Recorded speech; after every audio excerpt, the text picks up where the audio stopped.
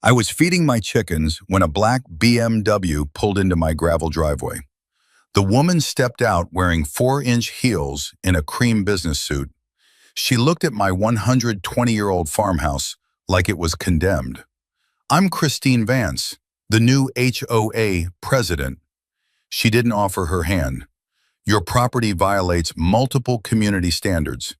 Barn visible from the street, gravel driveway, chickens, garden fence.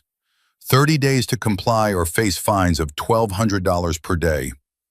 My property is grandfathered, permanently exempt from all HOA rules. It's in your 2001 charter." Christine's smile was cold. "I don't care what some old document says. This neighborhood has standards, and your property is bringing down home values." Christine didn't know I'd spent 40 years in banking, that I owned 65% of Riverside Community Bank, silent partner, that her $680,000 mortgage, Kevin Briggs's $750,000 mortgage, and 51 other mortgages in her subdivision were all held by my bank. She thought she could seize my family's 120-year-old farm using fabricated structural reports and county harassment. Thought the elderly woman feeding chickens was powerless. She was wrong. By the time she received the mortgage compliance review letter and realized who owned her bank, it was too late to undo what came next. But first, let me know where you're joining us from today, and don't forget to like and subscribe for more engaging stories like this. I was feeding my chickens when a black BMW pulled into my gravel driveway. The car looked out of place. Everything about it screamed money and impatience. Tinted windows, chrome trim, not a speck of dust. It stopped 20 feet from my chicken coop, and a woman stepped out wearing 4-inch heels in a cream-colored business suit. She looked at my 120-year-old farmhouse like it was a condemned building. Her eyes moved from the white clapboard siding to the red barn behind the house, to the chicken wire fence, to my vegetable garden with its mismatched wooden posts. Her expression said everything. "This doesn't belong here." I wiped my hands on my apron and walked over. "Can I help you?" "I'm Christine Vance, the new HOA president." She didn't offer her hand. "We need to talk about your property." "My property isn't part of the HOA. Everything in Riverside Meadows is part of the HOA." Her tone was the kind you'd use with a child who didn't understand how the world worked. "And your property is in violation of multiple community standards." I looked at her expensive suit, her BMW, the way she stood in my driveway like she owned it. That's when I knew this was going to be a problem. "What violations?" I kept my voice pleasant. Christine pulled out her phone and started reading from a list. "Barn visible from the street, agricultural structures are prohibited.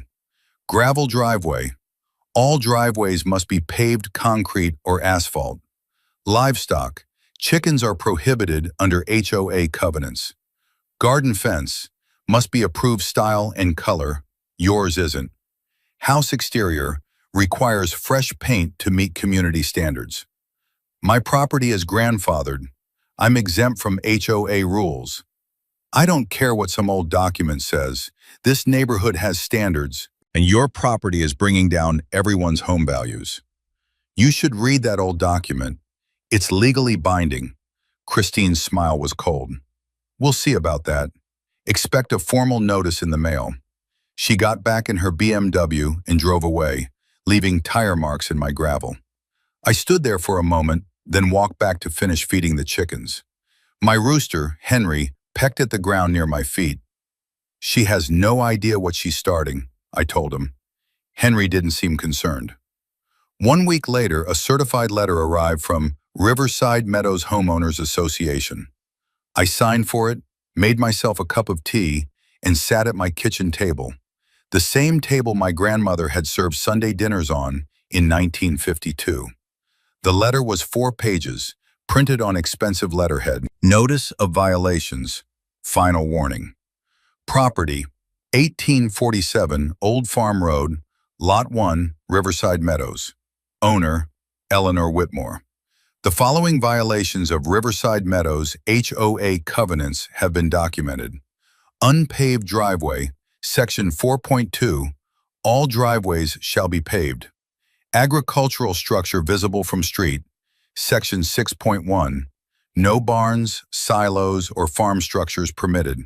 Livestock on property, Section 6.3, no livestock, poultry, or farm animals permitted.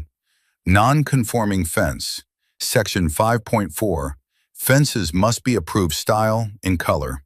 House requires exterior maintenance, Section 3.1, all structures must be maintained to community standards.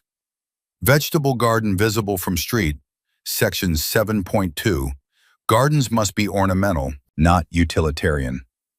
Gravel walkways, Section 4.3, walkways must be paved or decorative stone. Clothesline visible from neighbor's property, Section 8.1, no outdoor drying of laundry. Firewood storage visible, Section 8.4, no outdoor storage of combustible materials. Rain barrels, Section 8.6, no visible water collection devices. Compost bin, Section 8.7, no composting visible from street or neighboring properties. Pickup truck parked in driveway overnight, Section 4.7, commercial vehicles prohibited. You have 30 days to remediate all violations. Failure to comply will result in fines of $100 per day per violation, $1,200 per day total, until compliance is achieved. Continued non-compliance may result in legal action, including liens on your property. Sincerely, Christine Vance, HOA President. I read it twice, then set it down and walked to my home office. I'd lived in this house for 68 years. I was born in the upstairs bedroom in 1958. My parents raised me here. My husband and I raised our daughter here. When my parents passed, I inherited the property. When my husband died 5 years ago, I stayed. This was my home, the only home I'd ever known. I pulled out a filing cabinet and found the folder labeled HOA 2001. Inside was the original Riverside Meadows HOA charter. 23 years old, signed by the developer who'd bought the surrounding farmland and turned it into a subdivision. I flipped to page 7, section 12, exemptions and grandfathered properties.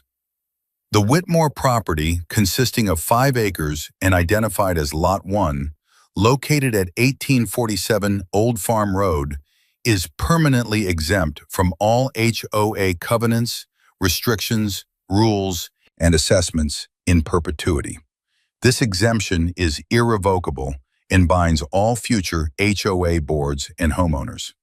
In exchange, the Whitmore family grants permanent easement for road access along the eastern boundary of said property. Signed by James Morrison, Morrison Development LLC, notarized. Recorded with the county clerk on June 15, 2001. I made a copy and put the original back in the filing cabinet. Then I sat down and thought about 2001, 23 years ago. My husband Thomas was still alive. Our daughter Sarah was in college. We'd owned this property, 5 acres of the original 40-acre Whitmore farm, for decades. James Morrison had approached us that spring. He'd bought the surrounding farmland, 35 acres, and wanted to develop it into a residential subdivision. He'd offered us $300,000 for our 5 acres. Thomas and I had said no. This was our home, our family land. We weren't selling. Morrison had been persistent. He'd come back with $400,000, then $500,000. Each time, we'd refused. Finally, he'd made a different offer. Keep your land. I'll develop around you, but I need road access through the eastern edge of your property to connect the subdivision to Old Farm Road. Give me a permanent easement and I'll exempt your property from all HOA rules. Forever. Thomas and I had discussed it for 2 weeks. An easement meant a road would run along the edge of our property, but we'd keep our land, our home, our way of life, and we'd never have to answer to an HOA. We'd agreed.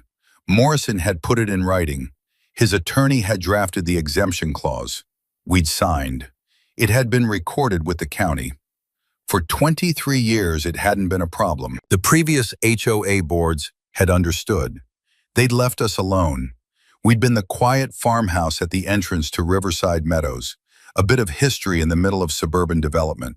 But now there was a new HOA president, and Christine Vance clearly didn't care about history. The next HOA board meeting was Thursday evening at 7 p.m., held in the community center, a building that sat on land that used to be part of the Whitmore farm. I arrived at 6:55 p.m., carrying my folder with the exemption documents.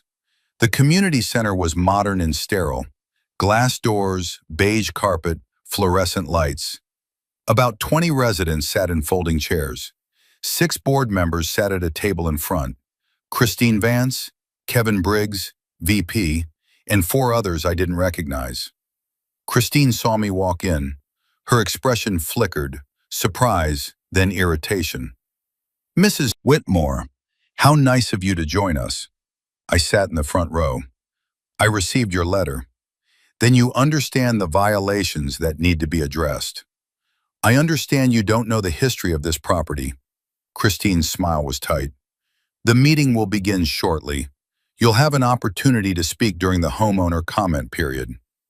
The meeting started with budget reports and landscaping proposals. 40 minutes of HOA business I'd never had to care about because I wasn't part of the HOA.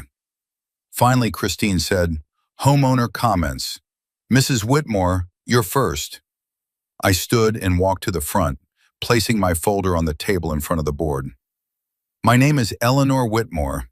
I've lived at 1847 Old Farm Road for 68 years. My family has owned that land since 1904. Your subdivision was built on land that used to be part of our farm." I opened the folder and pulled out the exemption document. In 2001, when James Morrison developed Riverside Meadows, my husband and I agreed to grant a road easement through our property in exchange for permanent exemption from all HOA rules. That exemption was written into your original charter. It's legally binding. It's recorded with the county, and it exempts my property from all covenants, restrictions, and assessments. Forever. I placed the document on the table where all 6 board members could see it. Christine barely glanced at it. That exemption was for the original owner. It doesn't transfer to new owners. I am the original owner. My family bought that land in 1904. I inherited it from my parents. I've lived there my entire life. Kevin Briggs leaned forward. He was in his mid-40s, wearing an expensive watch and a smirk. "Mrs. Whitmore, that exemption may have been appropriate in 2001, but the neighborhood has evolved. Your property looks like a farm in the middle of suburbia. It's affecting everyone's property values." "It is a farm, and it was here 80 years before your subdivision existed." Christine's voice hardened. "We're consulting our attorney about the validity of that exemption. In the meantime, the violations stand. You have 30 days to comply. You can consult whoever you want. The exemption is legal and recorded. You can't force me to comply with rules I'm not subject to." "We'll see about that." I picked up my folder and left. 2 weeks later, I received a call from my neighbor, Paul Henderson. He lived 3 houses down from me, technically in the subdivision, though his backyard bordered the edge of my property. "Ellie, I thought you should know, Christine was at my house yesterday. She was asking if your chickens ever come onto my property, if your barn blocks my view, if I've ever smelled anything unpleasant from your farm." "What did you tell her?" "I told her your property has been there longer than any of us, and you're a good neighbor. But she's building a case against you. She wants ammunition." "Thanks for the warning, Paul." 3 days later, I got another call, this time from Margaret Torres, who lived on the opposite side of the subdivision. "Ellie, I don't know if this matters, but I was at Christine's house for a neighborhood coffee thing. She was talking about your property. She said, 'That farmhouse is ruining the neighborhood aesthetic. Once we force her to comply or sell, we can finally have a cohesive community.'" She said, "Force her to sell?"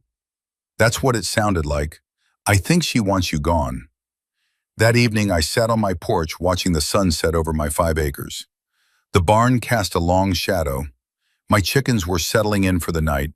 The vegetable garden needed weeding. This land had been in my family for 120 years. 4 generations of Whitmores had lived here, worked here, raised families here. And now some woman who'd lived in the neighborhood for 2 years thought she could force me out. A week later, a letter arrived from Marcus Webb, attorney at law, representing Riverside Meadows HOA. Dear Mrs. Whitmore, I have reviewed the exemption clause you presented to the board. While the language appears to create an exemption, the HOA board has concerns about its current applicability and enforceability. We request a meeting to discuss a reasonable resolution to the ongoing code violations. I called Marcus Webb's office and scheduled a meeting for the following Tuesday. His office was in a strip mall near the highway. Small firm, 2 attorneys, 1 paralegal. Marcus was in his 60s, gray-haired, wearing a suit that had seen better days. Mrs. Whitmore, thank you for coming in. You wanted to discuss my exemption? Yes, I've reviewed the 2001 charter. The exemption clause is clearly written and properly recorded. Legally, you're not subject to HOA rules. Then why am I here? Marcus looked uncomfortable. Christine Vance asked me to find a way around it. She's concerned your property is negatively impacting the neighborhood. And there isn't a way around it. The exemption is ironclad. I told her that. So the violation letter was invalid. Yes. Will you be telling Christine that? I already did. She wasn't happy. I drove home feeling slightly relieved. At least their own attorney had confirmed what I already knew. But 2 days later, I got another call from Paul Henderson. Ellie, Christine fired Marcus Webb. She told my wife she's hiring a real attorney who knows how to solve problems. I think she's escalating. He was right. The new attorney was Gordon Pierce, from a firm in Denver with a reputation for aggressive litigation. I'd heard of him during my banking years. He specialized in finding creative legal solutions, which usually meant finding ways around laws that were supposed to protect people. 2 weeks after Gordon Pierce was hired, I was working in my garden when a white county truck pulled up. A man in a county inspector's uniform got out carrying a clipboard. Eleanor Whitmore? Yes? I'm David Santos, County Code Enforcement. We received complaints about your property. Failing septic system, potentially contaminated well water, structurally unsafe barn. I need to conduct an inspection. My chest tightened. My septic and well are fine. This is HOA harassment. Ma'am, I still have to inspect. It's the law.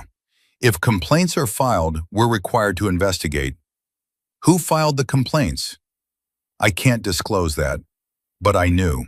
Christine Vance had found a new strategy. If she couldn't use HOA rules to force me out, she'd use county code enforcement.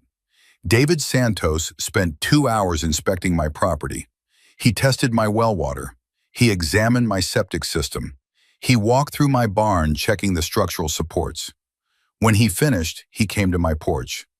Mrs. Whitmore, everything checks out. Your well water is clean. Your septic is functioning properly. Your barn is old but structurally sound. I'm closing the complaints as unfounded. Thank you. But I have to warn you, if more complaints come in, I'll have to inspect again. And if someone keeps filing false complaints, it can become harassment. You might want to consult an attorney. After he left, I sat on my porch for a long time. Christine wasn't going to stop. She'd found a new angle.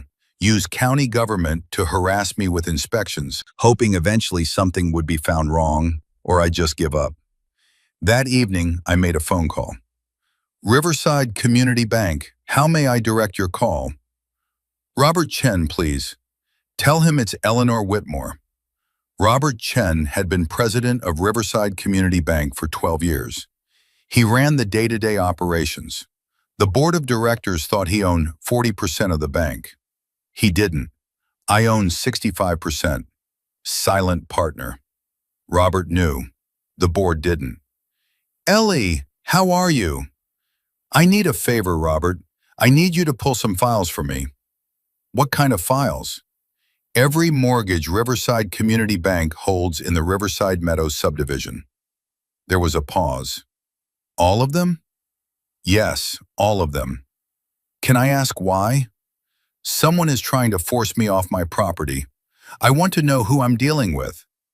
Another pause. I'll have the files ready tomorrow. Thank you, Robert. I hung up and looked out the window at my barn, my chickens, my garden. Christine Vance wanted a fight. She had no idea who she was fighting. The county inspections became a pattern. Every 2 weeks, David Santos would show up at my door with a new complaint. My barn was a fire hazard. My chickens were creating a health risk. My well was contaminating groundwater. My compost pile was attracting vermin. Every inspection came back clean. Every complaint was marked unfounded. But David was getting frustrated. Mrs. Whitmore, I'm required to investigate every complaint we receive. But between you and me, someone is abusing the system. These complaints are baseless. Can you tell me who's filing them? They're coming through the HOA. Christine Vance signs most of them. But I think there's an attorney involved now, Gordon Pierce. His name's on the letterhead. After the 5th inspection in 2 months, David pulled me aside. Listen, I've documented that these complaints are repetitive and unfounded. If this continues, I'm going to recommend the county attorney look into harassment charges against whoever's filing them. No one should have to deal with this. Thank you, David. But Christine wasn't stopping. She was escalating. The next HOA meeting, I didn't attend. But Paul Henderson did. He called me that night. Ellie, you need to hear what happened. Christine brought in Gordon Pierce, that attorney from Denver. He gave a presentation to the board about something called incompatible agricultural use or something. Some old Colorado law about farm properties that become surrounded by residential development. What did he say? He said if a property is being used for agriculture in a way that's incompatible with surrounding residential use, the county can declare it abandoned agricultural land and allow seizure for redevelopment. My chest went cold. Seizure? That's what he said. Christine asked if it applied to your property. Gordon said he's researching it. Did the board vote on anything? Not yet, but Christine said they'd have a resolution ready for the next meeting. I hung up and immediately called my attorney, Janet Morrison. She was the granddaughter of James Morrison, the developer who'd created Riverside Meadows. She'd been my attorney for 15 years. Janet, I need you to research something. Colorado law on agricultural property seizure when it's incompatible with residential areas. Ellie, what's going on? I explained everything. Christine, the complaints, Gordon Pierce. Janet was quiet for a moment. There is an old law like that. It was passed in the 1970s to deal with genuinely abandoned farmland that was creating blight. But it's almost never used, and it requires proof that the property is genuinely abandoned or creating a public nuisance. My property isn't abandoned. I live here. I maintain it. I know, but if they're going after this angle, they're going to argue your farm use is incompatible with the subdivision, that it's affecting property values, creating nuisance, that sort of thing. It's a stretch, but Gordon Pierce is known for creative arguments. Can they actually seize my property? Not easily. They'd have to prove substantial harm to public welfare. Your exemption should protect you. But Ellie, this is getting serious. They're not giving up. 2 weeks later, the HOA held a special meeting. This time, I attended. The room was packed. 50 residents, all 6 board members, and Gordon Pierce sitting at the front table like a guest of honor. Christine called the meeting to order. Tonight, we're voting on Resolution 2026-7, authorization to pursue legal remedies regarding non-conforming agricultural use at 1847 Old Farm Road. Gordon Pierce stood and addressed the room. Ladies and gentlemen, Colorado Revised Statute 3028-133 allows counties to address agricultural properties that have become incompatible with surrounding residential development. When a property's agricultural use creates diminished property values, safety concerns, or aesthetic blight in a residential area, the county has authority to intervene. He clicked a remote, and a PowerPoint presentation appeared on the screen behind him. Photos of my property, my barn, my chickens, my garden, my gravel driveway. This property was appropriate when it was surrounded by farmland, but today it's surrounded by homes valued between $400,000 and $750,000. The agricultural use is no longer compatible. It's affecting property values throughout Riverside Meadows. A woman in the third row raised her hand. How much are property values affected? We've had 3 independent appraisals done on homes near the Whitmore property. All 3 appraisers noted that proximity to active agricultural use decreased values by 8 to 12%. That was a lie. I'd seen no appraisers on my street, but Gordon continued. The HOA has a duty to protect homeowners' investments. This resolution authorizes the board to petition the county to address the incompatible use through available legal remedies, up to and including property seizure and redevelopment if necessary. Seizure? Someone in the back asked. You mean take her property? Only as a last resort, if the property owner refuses to voluntarily cease incompatible agricultural use or sell the property for appropriate residential redevelopment. I stood up. You're trying to steal my land. The room went silent. Christine's voice was syrupy sweet. Mrs. Whitmore, no one is stealing anything. We're trying to address a legitimate community concern. My property is exempt from HOA rules. You can't force me to stop farming my own land. Gordon Pierce smiled. Your exemption protects you from HOA covenants.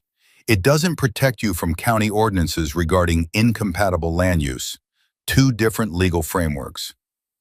My property has been a farm for 120 years. The subdivision has been here for 23 years. Who's actually incompatible? Kevin Briggs spoke up. Mrs. Whitmore, times change. The neighborhood has evolved. Your continued agricultural use is holding back progress. Progress toward what? Kevin didn't answer, but his expression said enough. The vote was 5-1. Only one board member, Sarah Mitchell, a retired teacher who'd lived in the neighborhood since 2003, voted against it. I don't think this is right, Sarah said. Mrs. Whitmore has every legal right to her property. This feels like bullying. Christine ignored her. Motion passes. Gordon, proceed with the county petition. I left before the meeting adjourned. That night, I couldn't sleep. I kept thinking about Kevin Briggs's face when he talked about progress. He wanted something. This wasn't just about Christine's obsession with property values. The next morning, I drove to the county clerk's office. I'd like to search for any recent filings related to property at 1847 Old Farm Road. The clerk searched the database. There's a preliminary development inquiry filed 3 weeks ago. Let me pull it up. She printed it out and handed it to me. Application for preliminary development review. Riverside Meadows Phase 2.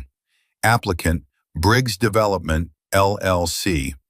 Proposed use, 12 luxury townhomes on 5-acre parcel at 1847 Old Farm Road. Kevin Briggs. He'd already filed paperwork to develop my land. Before the seizure resolution, before the legal battle, he wasn't just supporting Christine's harassment, he was planning to profit from it. I made copies of everything and drove to Janet's office. Janet, Kevin Briggs has already filed development plans for my property. He's planning to build townhomes on my land. Janet read through the documents. This is filed as a preliminary inquiry, meaning he's asking if development would be approved, hypothetically. But Ellie, he doesn't own your land. How can he file this? Because he's planning to. He's using the HOA to force me out. Then he'll swoop in and buy the land, probably from the county if they seize it, and develop it. That's conspiracy and corruption. Can we prove it? We can certainly present it to a judge if they try to move forward with seizure. This shows financial motivation to harass you off your property. I drove home feeling slightly better. At least now I understood what I was fighting. This wasn't just about HOA rules or property values. Kevin Briggs wanted my land, and Christine Vance was helping him get it. That evening, I called Robert Chen at the bank. Robert, those mortgage files I asked for, do you have them? I do. 52 mortgages in Riverside Meadows subdivision, all held by Riverside Community Bank. Can you send me a list, property addresses, and loan amounts? Ellie, what are you planning? Just gathering information. I'll email it tonight. The email arrived at 9 p.m. 52 addresses, 52 mortgage amounts ranging from $280,000 to $820,000. I opened a spreadsheet and started cross-referencing with the HOA directory. Christine Vance, 2,234 Meadowbrook Lane. Mortgage, $680,000. Kevin Briggs, 2,156 Riverside Drive. Mortgage, $750,000. 4 other board members, all with mortgages through Riverside Community Bank. Gordon Pierce, the HOA attorney, I didn't have his address yet, but I'd find it. 52 mortgages, 60% of the subdivision, all held by the bank I owned. I leaned back in my chair and looked at the numbers on my screen. Christine and Kevin thought they held all the power. They thought they could use the HOA, the county, and the legal system to force me off my land. They had no idea that I held the paper on their homes. Not yet, but they would. The petition was filed on March 15th. Petition for County Review of Incompatible Agricultural Use, 1847 Old Farm Road, Riverside Meadows. Signed by Gordon Pierce on behalf of Riverside Meadows HOA. Co-signed by Christine Vance as HOA president. The county scheduled a hearing for April 22nd, 5 weeks away. Janet Morrison immediately filed a response on my behalf, arguing that my property exemption protected me, that the agricultural use predated the subdivision by 80 years, and that Kevin Briggs's development plans showed financial motivation to harass me off my land. The hearing will be before Judge Catherine Walsh, Janet told me. She's fair but very by the book. If they can show genuine code violations or public nuisance, she might allow county intervention even with your exemption. My property doesn't have violations. I know, but they're going to try to create some. She was right. Over the next 3 weeks, Christine filed 42 separate code complaints with the county. Chickens too close to property line. Barn siding needs repair. Compost pile visible from street. Garden fence height violation. Well cap not properly secured. Gravel driveway creating dust. Firewood stacked improperly. Rainwater runoff issues. Outdoor storage of farm equipment. Peeling paint on house trim. On and on and on. David Santos, the county inspector, called me personally. Mrs. Whitmore, I'm required to inspect each complaint, but this is clearly harassment. I'm documenting everything, and I'll be testifying at your hearing that these complaints are retaliatory and baseless. Every inspection came back clean, but the complaints kept coming. Then Christine took it to social media. The Riverside Meadows Community Facebook group had 180 members. Christine posted 3 times a week. Reminder, your property values are being affected by non-conforming land use in our neighborhood. If you care about your home's value, attend the county hearing on April 22nd and voice your concerns. How much is the farm aesthetic costing you? Recent appraisals show 8 to 12% reduction in value for homes near agricultural properties. That's $40,000 to $60,000 off your home's value. Is that acceptable? The county hearing is in 2 weeks. This is your chance to protect your investment. Show up and be heard. The comments were mixed. Some residents supported Christine. I didn't buy a $500,000 house to live next to a chicken farm. Others pushed back. Mrs. Whitmore has been here longer than any of us. Leave her alone. But Christine was relentless. She organized a petition. Support County Review of 1847 Old Farm Road. 73 residents signed it. She printed yard signs. Protect our property values. Attend the April 22nd hearing. 20 houses put them up. She even organized a neighborhood meeting at her house to discuss the property value crisis. 40 people attended. Paul Henderson went to the meeting and called me afterward. Ellie, it was ugly. Christine had charts and graphs showing how your property supposedly affects home values. Kevin Briggs gave a presentation about how the land could be better utilized for the community. Gordon Pierce explained the legal process. They're building a narrative that you're the problem. Did anyone defend me? A few people. Sarah Mitchell said you have legal rights and this feels wrong. Jim Chen said your property is historic and should be protected. But most people just sat there nodding along with Christine. April 22nd arrived. The hearing was held at the County Administration Building, 3rd floor, Conference Room C. About 60 people packed into a room designed for 30. Judge Catherine Walsh presided. She was in her early 50s, gray suit, reading glasses, no-nonsense expression. This hearing is to determine whether the property at 1847 Old Farm Road constitutes incompatible agricultural use under Colorado Revised Statute 30-28-133. We'll hear testimony from both sides, then I'll make a determination. Gordon Pierce went first. He called Christine Vance to testify. Mrs. Vance, how long have you lived in Riverside Meadows? 2 years. And what concerns do you have about the property at 1847 Old Farm Road? Christine's voice was practiced, concerned, reasonable.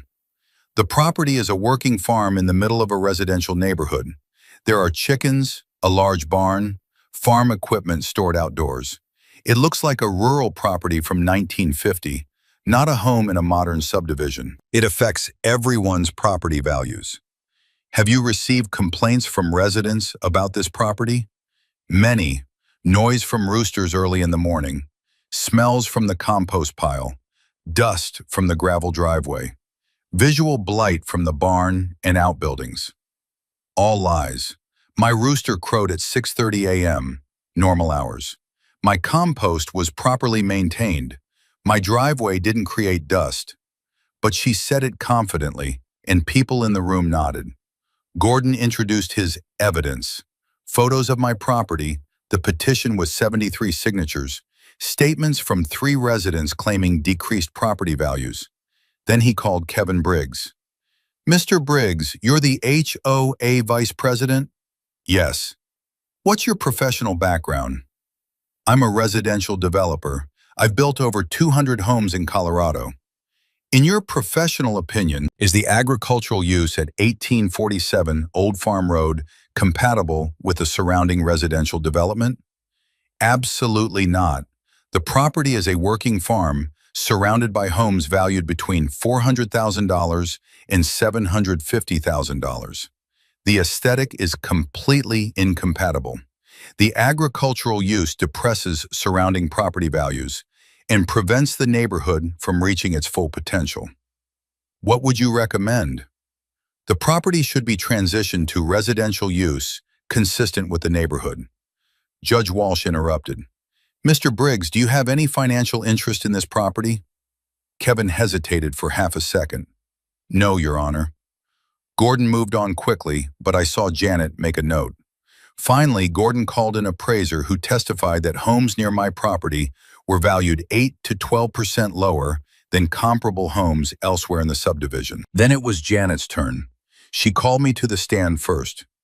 Mrs. Whitmore, how long have you lived at 1847 Old Farm Road? 68 years. I was born in that house. How long has your family owned the property?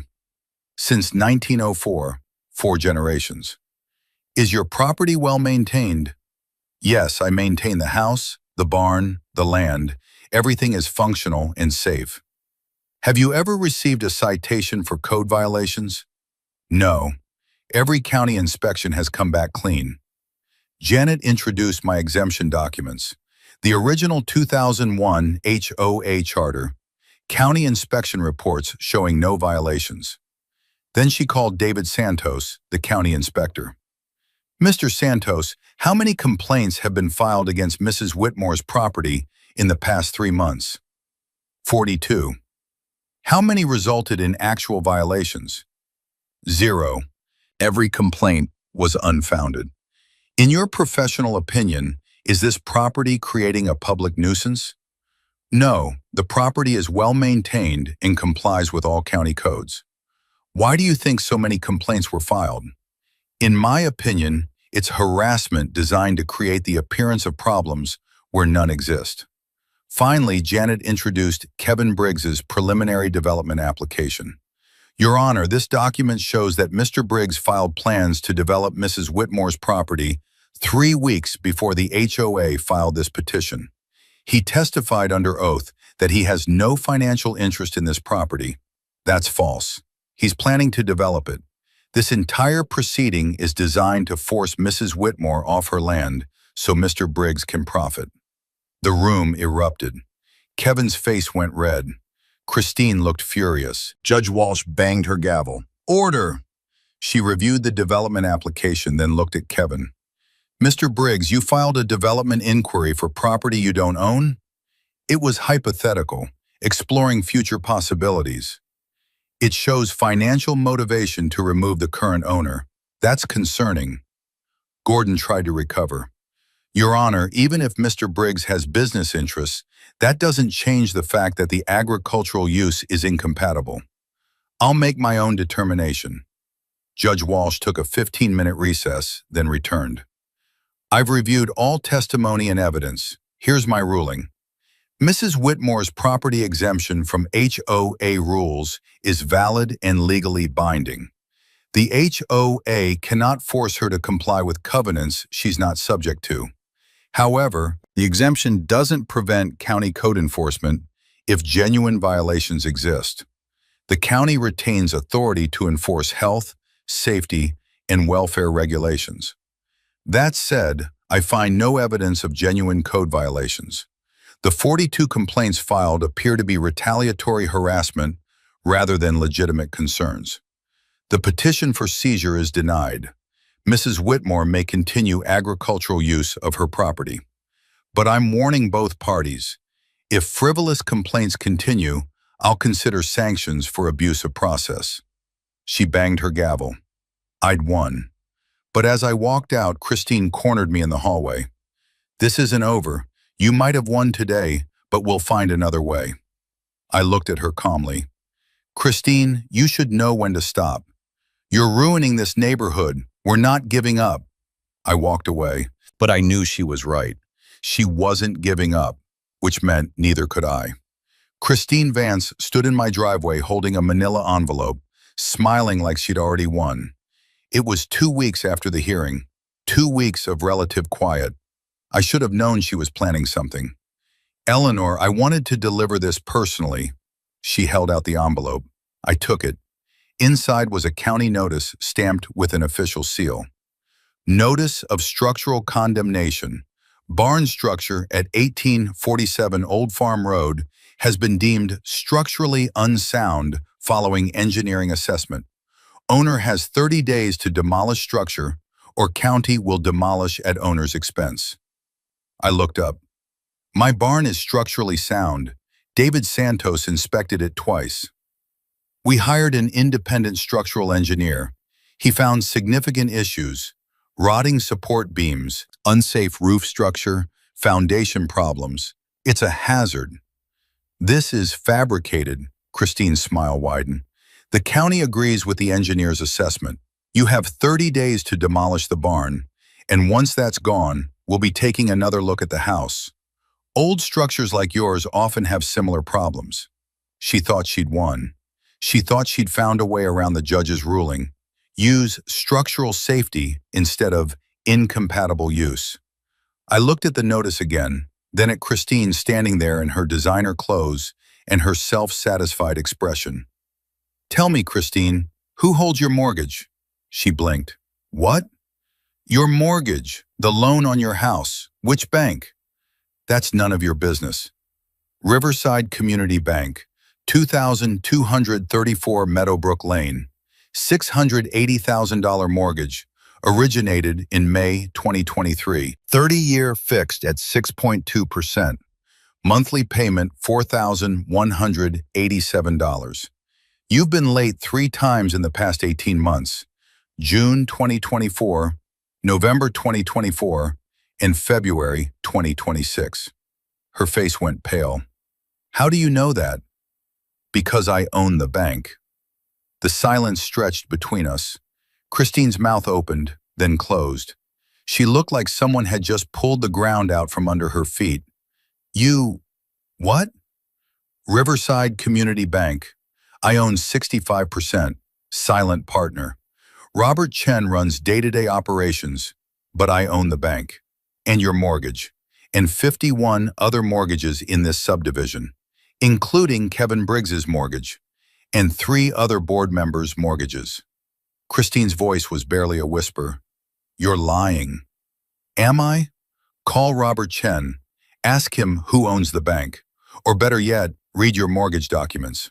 Riverside Community Bank. That's my bank. I handed the condemnation notice back to her. You have a good day, Christine, and tell Kevin I'd like to see him too. We should discuss his $750,000 mortgage. I walked back into my house and closed the door. Through the window, I watched Christine stand in my driveway for a full minute, staring at the notice in her hand, her face frozen in shock. Then she got in her BMW and drove away. That evening, I called Robert Chen. Robert, I need you to schedule an emergency board meeting, just you and me, tomorrow morning. Ellie, what's going on? Christine Vance and Kevin Briggs are trying to condemn my property using fabricated structural reports. I want to review every mortgage we hold in Riverside Meadows, all 52 of them. Are you planning what I think you're planning? I'm planning to make sure they understand the situation they've created. The next morning, I met Robert at the bank at 8 a.m. before it opened. We sat in the conference room with printouts of all 52 mortgages spread across the table. Walk me through it, I said. Robert pulled out a spreadsheet. We hold mortgages on 52 homes in Riverside Meadows. Total loan value, $28.4 million. That's 60% of the subdivision. He pointed to specific entries. Christine Vance, $680,000. Current, 3 late payments in the past 18 months, but she caught up each time. No red flags technically, but not a perfect payment history. Kevin Briggs, $750,000. Current, no late payments, clean record. Board member Marcus Allen, $520,000. Current. Board member Jennifer Torres, $440,000. 2 late payments last year. Board member David Kim, $390,000. Current. And here's an interesting one. Gordon Pierce, the HOA's attorney. He doesn't live in Riverside Meadows, but he lives 3 miles away in Maple Ridge. We hold his mortgage too, $625,000. I sat back. So we have leverage on Christine, 2 other board members, and their attorney. Technically, yes. But Ellie, we can't just threaten foreclosure because you're in a dispute with them. That's illegal. Banks can't use mortgages as weapons in personal conflicts. I know, but we can review their mortgages for compliance. We can conduct routine audits. We can verify that property values support the loan amounts. All standard banking procedures. Robert looked at me. You want to scare them. I want them to understand that actions have consequences. They tried to seize my property.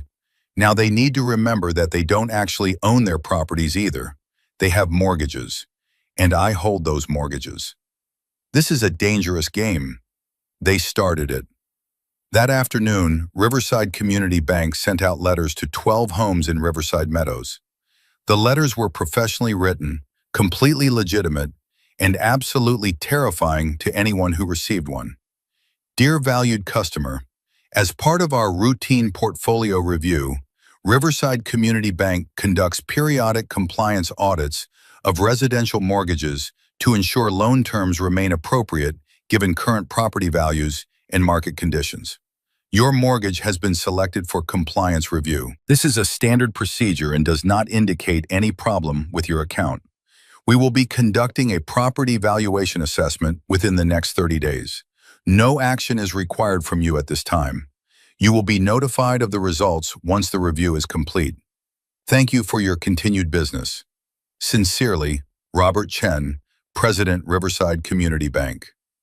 12 letters, Christine Vance, Kevin Briggs, 3 other board members, Gordon Pierce, and 5 other residents who'd been vocal supporters of the seizure petition. The panic started within hours. Paul Henderson called me that evening. "Ellie, did you know the bank is auditing mortgages in the neighborhood? Christine is freaking out. She's calling everyone asking if they got letters too." "I may have heard something about routine compliance reviews." "Ellie, did you do this?" "The bank conducts audits periodically. It's normal procedure." Paul was quiet for a moment. "Christine told Kevin that you said you own the bank. Is that true?" "Yes." "Holy shit. Tell Christine if she wants to discuss the situation, she can call me." Christine called 20 minutes later. Her voice was tight, controlled, but I could hear the fear underneath. "Eleanor, we need to talk." "About what?" "About the bank, about the audit, about this situation." "What situation?"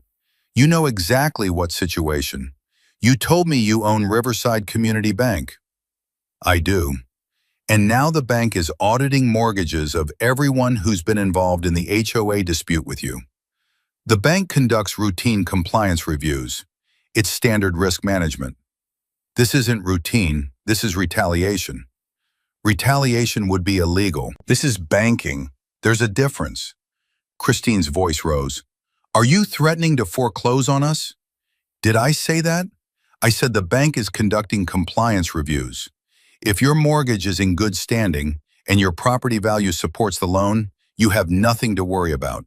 "Do you have something to worry about, Christine?" Silence. "Let me be clear," I said. "You tried to seize my property using fabricated structural reports and harassment.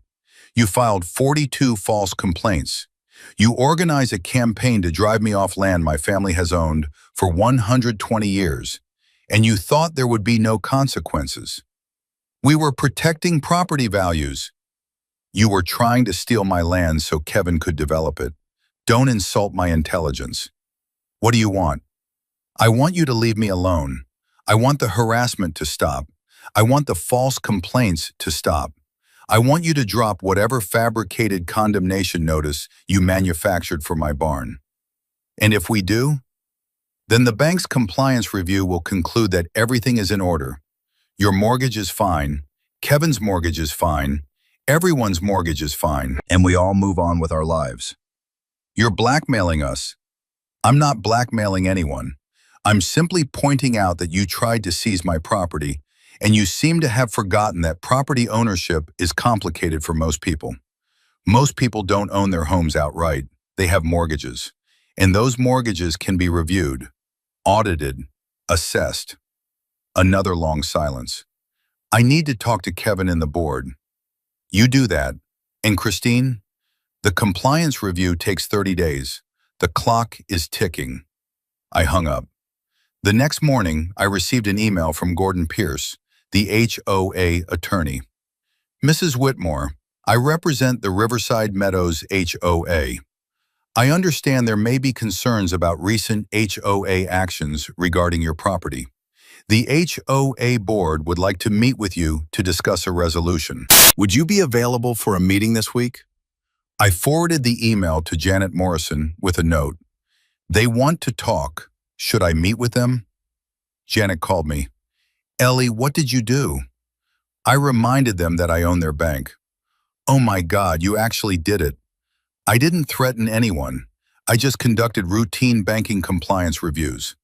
Janet laughed. "You terrified them. Yes, take the meeting. But I'm coming with you, and we're recording everything."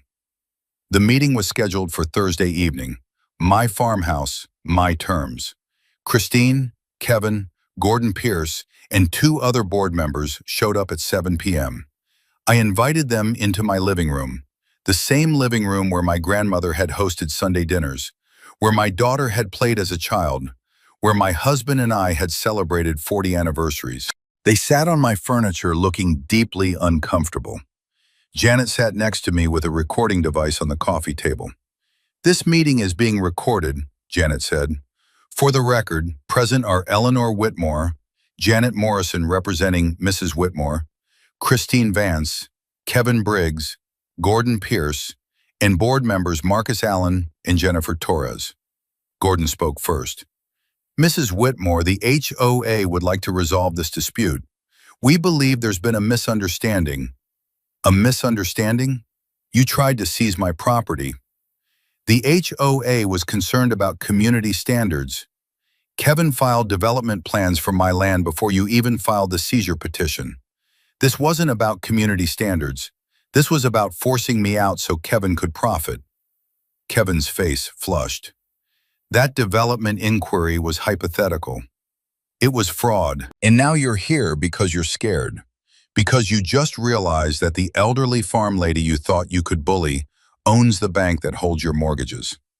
The room went silent. Christine finally spoke, her voice subdued. "What do you want?" "I want you to leave me alone. Permanently. We'll withdraw the condemnation notice on your barn," Christine said. And we'll instruct our attorney to cease all legal action." "And the harassment? The false complaints?" "No more complaints." "And Kevin's development plans?" Kevin looked at the floor. "I'll withdraw the inquiry." I looked at each of them. "If any of you harass me again, if you file one more false complaint, if you attempt any more legal action, if you so much as send me a nasty letter, the bank's compliance review will become very thorough. Do we understand each other?" They all nodded. "Good. This meeting is over." They left. Janet and I sat in silence for a moment. "Ellie, that was the most terrifying negotiation I've ever witnessed. They tried to take my home, Janet, my family's home for 120 years. They needed to understand that I'm not helpless." "You certainly made that clear." After Janet left, I sat on my porch watching the sunset over my 5 acres. The barn stood solid against the evening sky. My chickens were settling in. The garden was ready for spring planting. Christine Vance and Kevin Briggs had learned an expensive lesson. Don't try to seize property from someone who holds your mortgage. And they'd never forget it. The compliance review letters went out the day after our meeting. Not just to the 12 homes I'd originally selected, to all 52 homes in Riverside Meadows that had mortgages with Riverside Community Bank. Robert Chen had suggested it. If we only audit the people involved in the HOA dispute, it looks retaliatory. But if we audit everyone, it's a legitimate portfolio review. And the people who have nothing to worry about will breeze through. The people who do have something to worry about. He didn't finish the sentence. He didn't have to. The letters were professional, polite, and completely terrifying to anyone who wasn't financially secure. Dear valued customer, Riverside Community Bank is conducting a comprehensive portfolio review of all residential mortgages in the Riverside Meadows subdivision.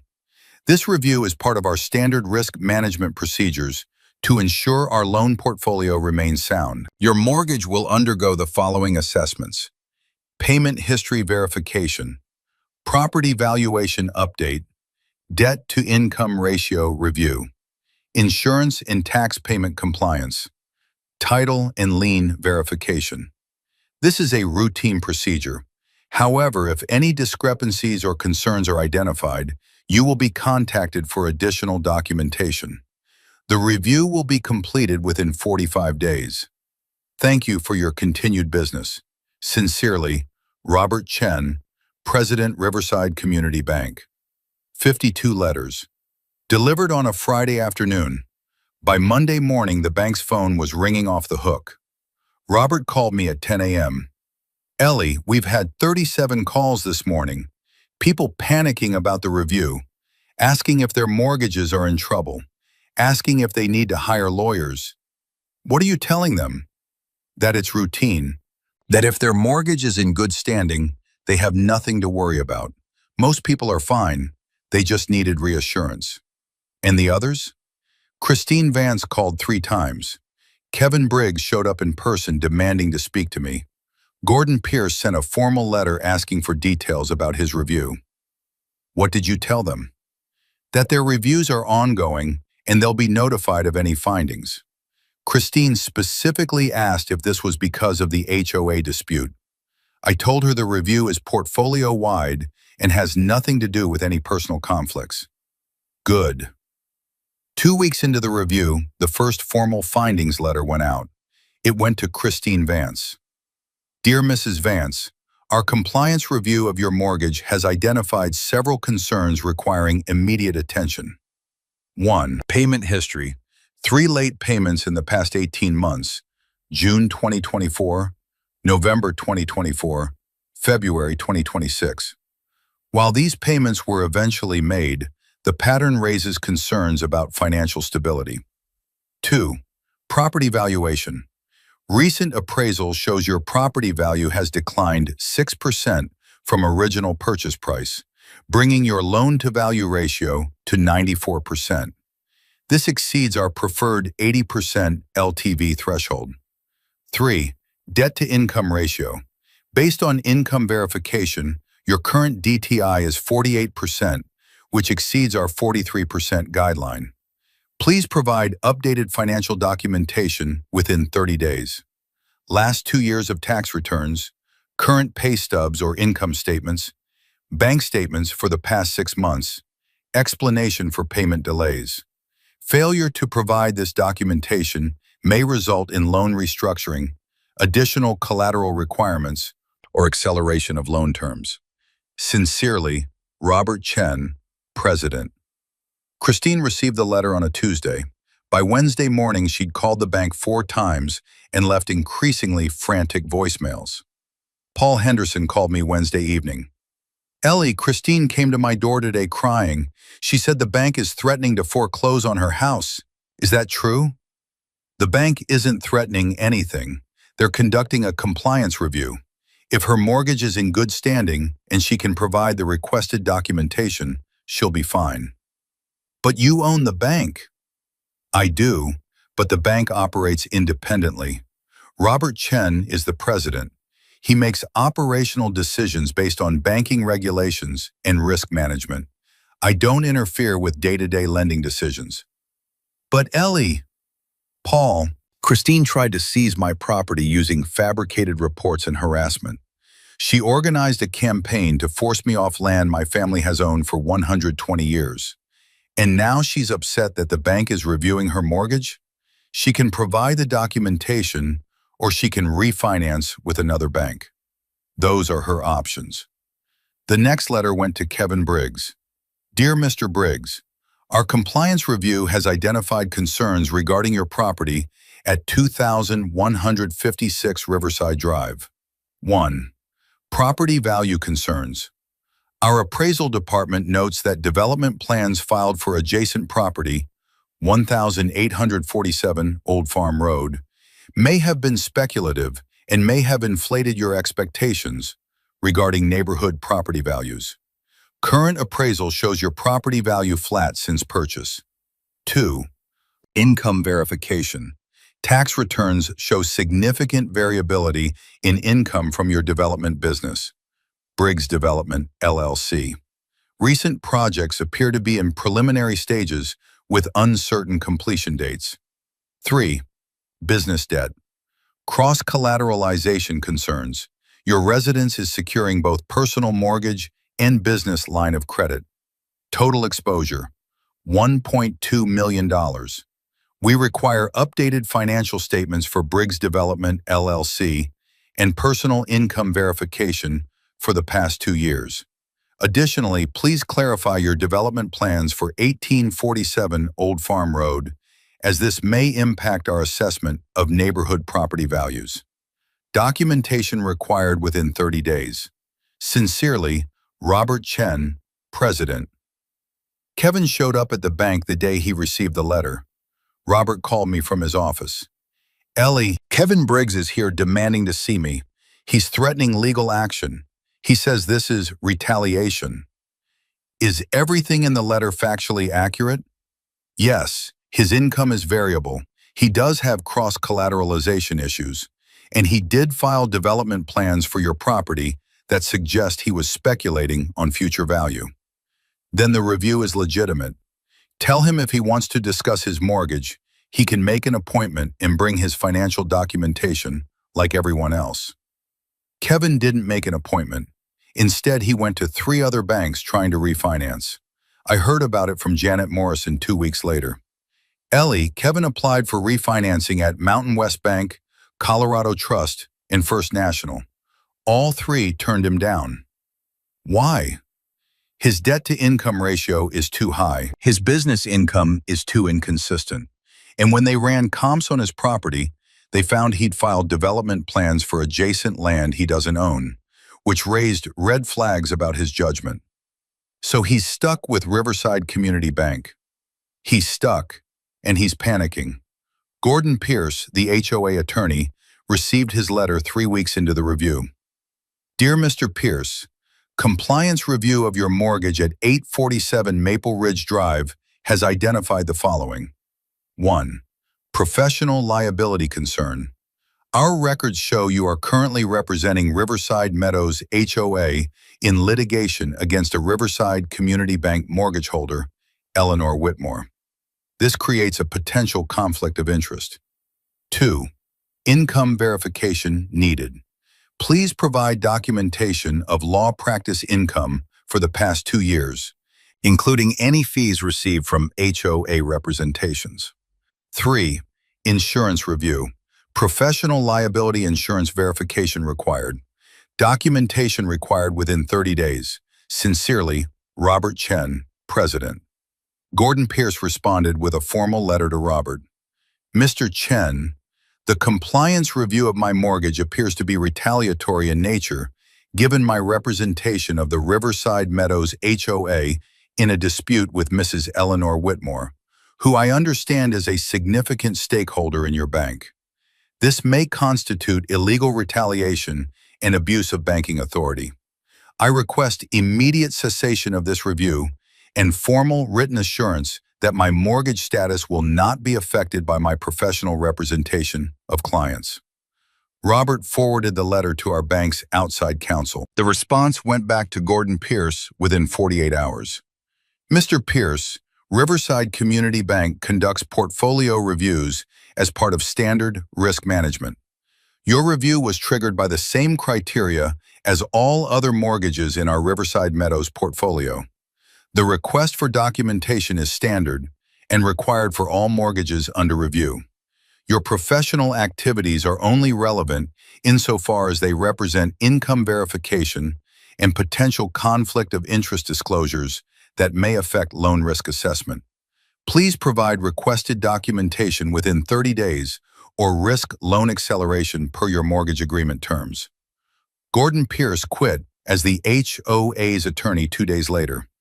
The HOA board held an emergency meeting without announcing it to the general membership. Sarah Mitchell, the board member who'd voted against the seizure petition, called me afterward. Ellie, you should know, Christine, Kevin, and Marcus Allen all resigned from the board tonight. Christine said she's moving out of state. Kevin said he's refocusing on other business opportunities. Marcus said he doesn't have time for HOA responsibilities anymore. What about the other board members? Jennifer Torres and David Kim are staying, but they're terrified. They both got compliance review letters from the bank. They spent 20 minutes at the meeting asking if anyone knew if you were actually going to foreclose on people. What did you tell them? I told them I didn't think you would as long as people left you alone. Was I right? You were right. 2 days later, Christine Vance's house went up for sale. Priced to sell. Motivated seller, the listing said. She was asking $650,000 to $30,000 less than she'd paid for it 2 years ago. Kevin Briggs withdrew his development inquiry for my property and filed for bankruptcy protection for Briggs Development, LLC. His house stayed on the market, but he couldn't sell it. He was underwater on the mortgage. Gordon Pierce paid off his compliance review by providing all requested documentation and a letter stating he would no longer represent any parties in disputes with Riverside Community Bank clients. The 3 board members who'd resigned were replaced in a special election. The new board's first act was to pass a resolution formally apologizing to me for the harassment and acknowledging my property's permanent exemption from HOA rules. Within 2 months, the entire landscape had changed. The people who'd tried to seize my property were gone, bankrupt, or scrambling to save their own homes. And I hadn't foreclosed on anyone. I hadn't threatened anyone directly. I'd simply reminded them that property ownership is complicated, especially when someone else holds your mortgage. They tried to take my home, and they'd learned that you should never try to seize property from someone who owns your bank. 1 year after Christine Vance first pulled into my driveway to tell me my property didn't comply, I received a phone call from a real estate reporter at the Denver Post. "Mrs. Whitmore, I'm writing a story about the Riverside Meadows HOA situation. I've heard you used your ownership of a local bank to fight off a property seizure attempt. Can you comment?" I didn't use anything. The bank conducted routine compliance reviews, and the HOA withdrew their petition. "But you do own Riverside Community Bank." "I'm a majority stakeholder, yes. And the bank just happened to review mortgages of everyone involved in the dispute with you?" The bank reviewed mortgages across the entire subdivision. It was a portfolio-wide assessment. Some people had concerns that needed addressing. Most didn't. "Mrs. Whitmore, people are calling you the most powerful person in Riverside Meadows." "I'm just a farmer who wanted to be left alone." The article ran 2 weeks later. How one homeowner used banking power to stop HOA overreach. It went viral. Local news picked it up. Legal blogs analyzed it. A property rights organization asked me to speak at their conference. I declined. I wasn't interested in being famous. I just wanted to feed my chickens in peace. Christine Vance's house sold in August, 3 months after she'd listed it. She took a $35,000 loss after realtor fees and closing costs. I heard through Paul Henderson that she'd moved to Arizona to be near her sister. "She told people she couldn't afford to stay in Colorado," Paul said. "But honestly, I think she just couldn't face the neighborhood anymore. Everyone knows what she tried to do to you." Kevin Briggs's bankruptcy was finalized in September. Briggs Development, LLC was dissolved. His house went into foreclosure, not by Riverside Community Bank, but by his second mortgage holder. He'd been using a home equity line of credit to fund his failed development projects, and when those projects collapsed, he couldn't make the payments. The house sold at auction for $580,000. Kevin walked away owing money to multiple creditors. I heard he'd taken a job as a project manager for a larger development firm in Fort Collins. His days of independent development were over. Gordon Pierce quietly paid off his mortgage early, took money from his retirement account to eliminate his debt to Riverside Community Bank. He sent me a formal letter through Janet Morrison stating he would never represent parties adverse to my interests again. The 3 board members who'd resigned were replaced in a special election. The new board was younger, more diverse, and significantly more cautious. Their first meeting, they passed 3 resolutions. Resolution 2027-1, Formal Apology to Eleanor Whitmore for Harassment and Improper Seizure Attempts by Previous Board. Resolution 2027-2, Reaffirmation of Whitmore Properties' permanent exemption from all HOA rules as established in 2001 Charter. Resolution 2027-3, New board policy prohibiting any board member from voting on matters where they have financial interest. They called it the Briggs Rule. Tom Whitfield, the new president, came to my house personally to deliver the apology letter. "Mrs. Whitmore, I want you to know, Most of us had no idea what Christine and Kevin were doing. They kept a lot of their planning private, only brought things to the full board when they thought they had support. A lot of residents are embarrassed about how you were treated. I appreciate that, Tom. We want to make sure nothing like this ever happens again. Your property is your property. The HOA has no authority over it and never should have tried to claim otherwise. Thank you. And if I'm being honest, the whole neighborhood is a little terrified of you now. I laughed. I'm not going to foreclose on anyone for having chickens that cross onto their neighbor's lawn. No, but you could if you wanted to. That's what scares people. You have real power. I have a bank, and I use it like a bank. As long as people pay their mortgages and maintain their properties, they have nothing to worry about. Good to know. Over the next few months, something interesting happened. The harassment stopped completely, not just from the HOA, but from everyone.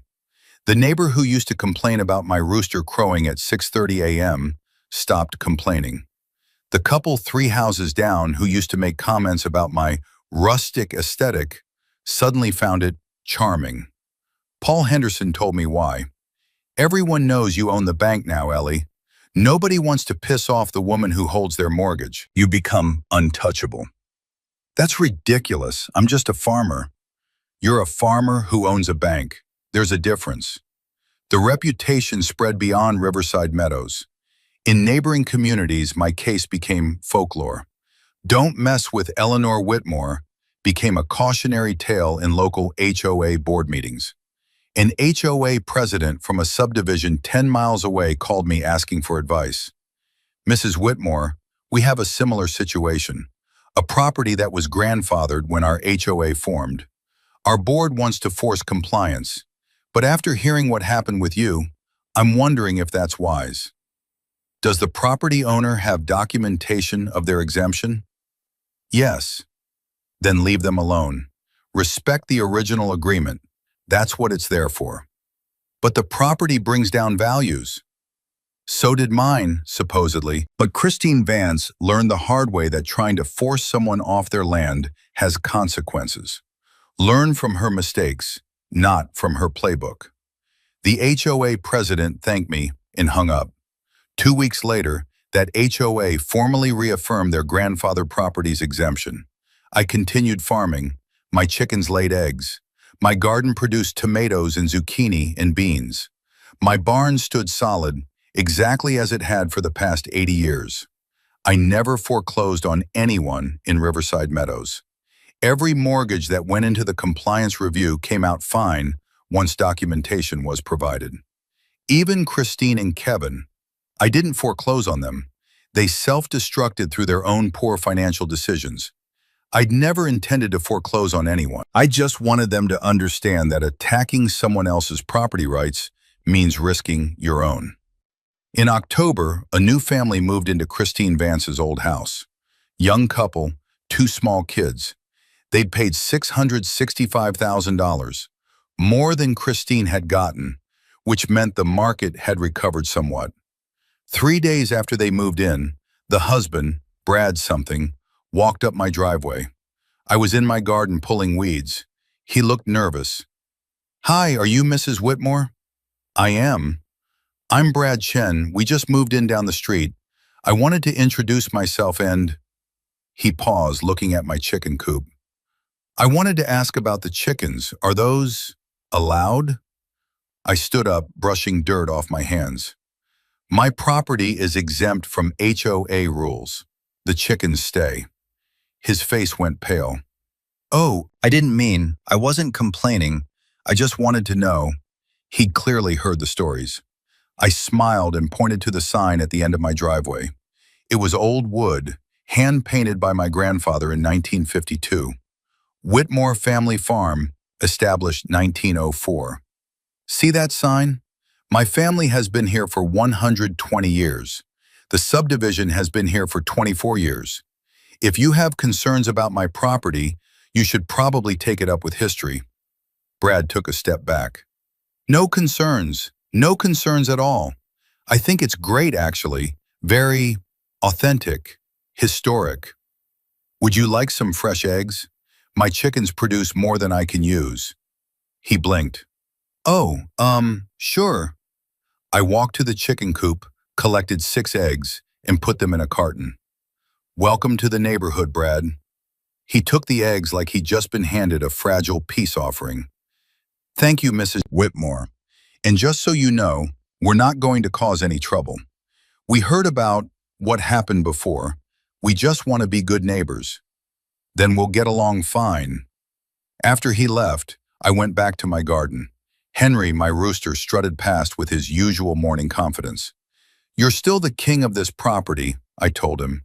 Henry didn't seem concerned. He never was. That evening, I sat on my porch watching the sunset over my 5 acres.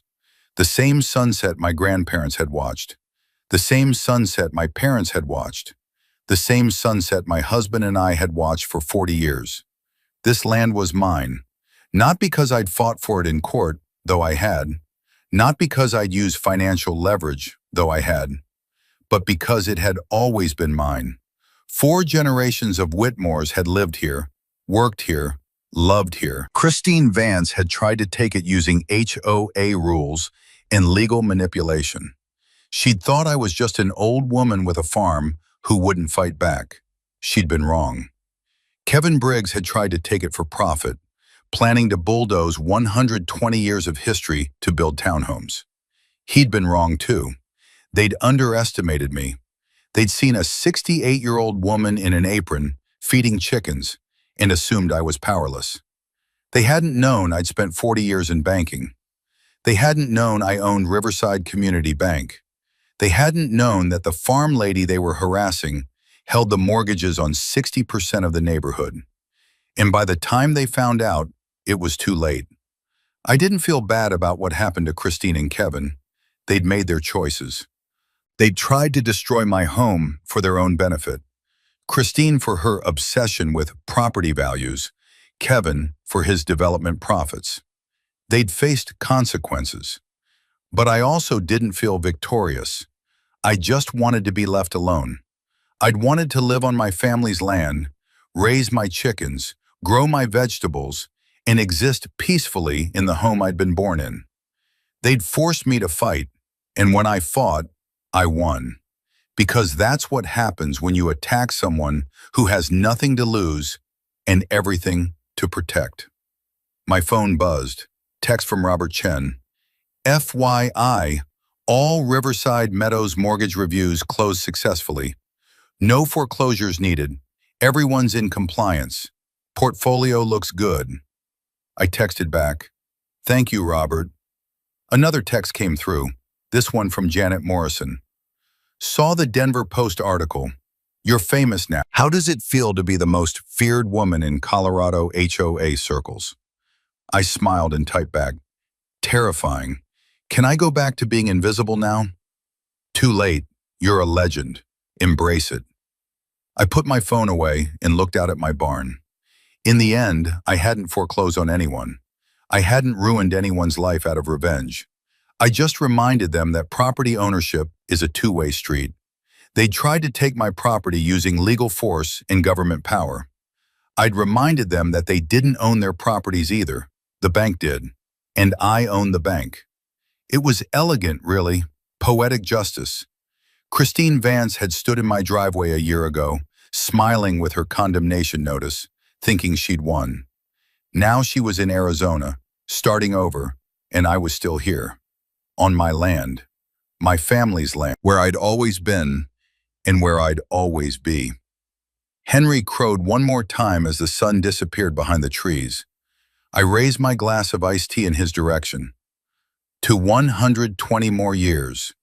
The Whitmore family farm would be here long after Christine Vance and Kevin Briggs were forgotten.